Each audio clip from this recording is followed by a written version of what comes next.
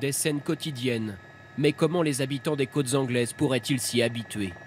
Jamais il n'y a eu autant d'arrivées de migrants que ces dernières semaines, le plus souvent escortés par les sauveteurs ou les forces de l'ordre. Ici à Dungeness, l'un des secteurs où les débarquements sont les plus fréquents.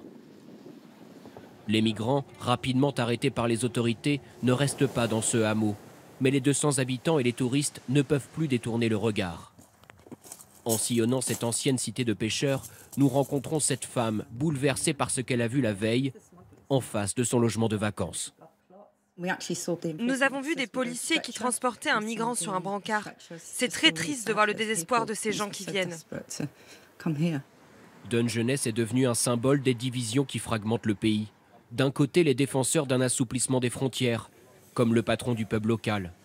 Selon lui, c'est parce que le Royaume-Uni n'accepte pas assez de migrants que les traversées illégales se multiplient, créant parfois la confusion sur son parking. La plupart du temps, quand les sauveteurs en mer récupèrent les migrants, ils les emmènent là-bas pour les faire monter dans des véhicules de police. Mais des fois, ça se fait juste ici, par là. Il aimerait davantage d'ouverture. Ses arguments sont économiques, comme le manque de main-d'œuvre, et plus intimes. Le Royaume-Uni s'est construit grâce aux migrants. Ma famille et moi, on est grecs. Je ne serais pas là sans l'immigration.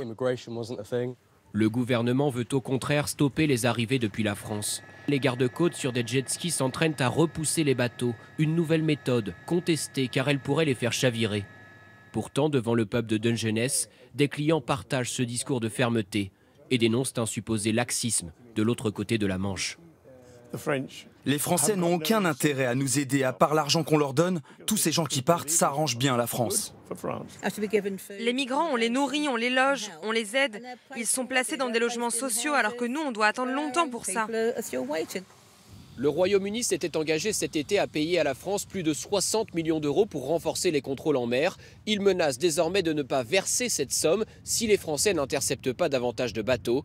Londres a clairement l'intention de rejeter la responsabilité sur son voisin.